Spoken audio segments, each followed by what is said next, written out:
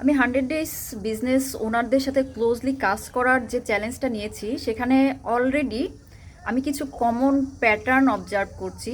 যদিও এখনও অনেক বেশি ফাউন্ডার্স ওনার্সদের সাথে আমার কথা হয় নাই, স্টিল আমি যে প্যাটার্নটা খেয়াল করছি সেটা হচ্ছে যে বিজনেসগুলো ছোট আছে তাদের মোস্টলি এক্সিকিউশন প্রবলেম, যে তাদের কাছে রাইট টিম নাই বা তারা হয়তো রাইট স্কিলটা জানে না যে কীভাবে এক্সিকিউশন করবে।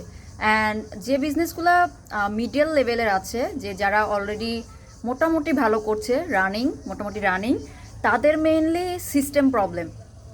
জিনিসগুলো অনেক মেসড আপ, সিস্টেমটা গোছানো না। এবং যে বিজনেসটা সিস্টেমও আছে, এক্সিকিউশনের জন্য রাইট মানুষও আছে, মোটামুটি বেশ ভালোও চলছে, বাট তাদেরও একটা স্টাকনেস আছে।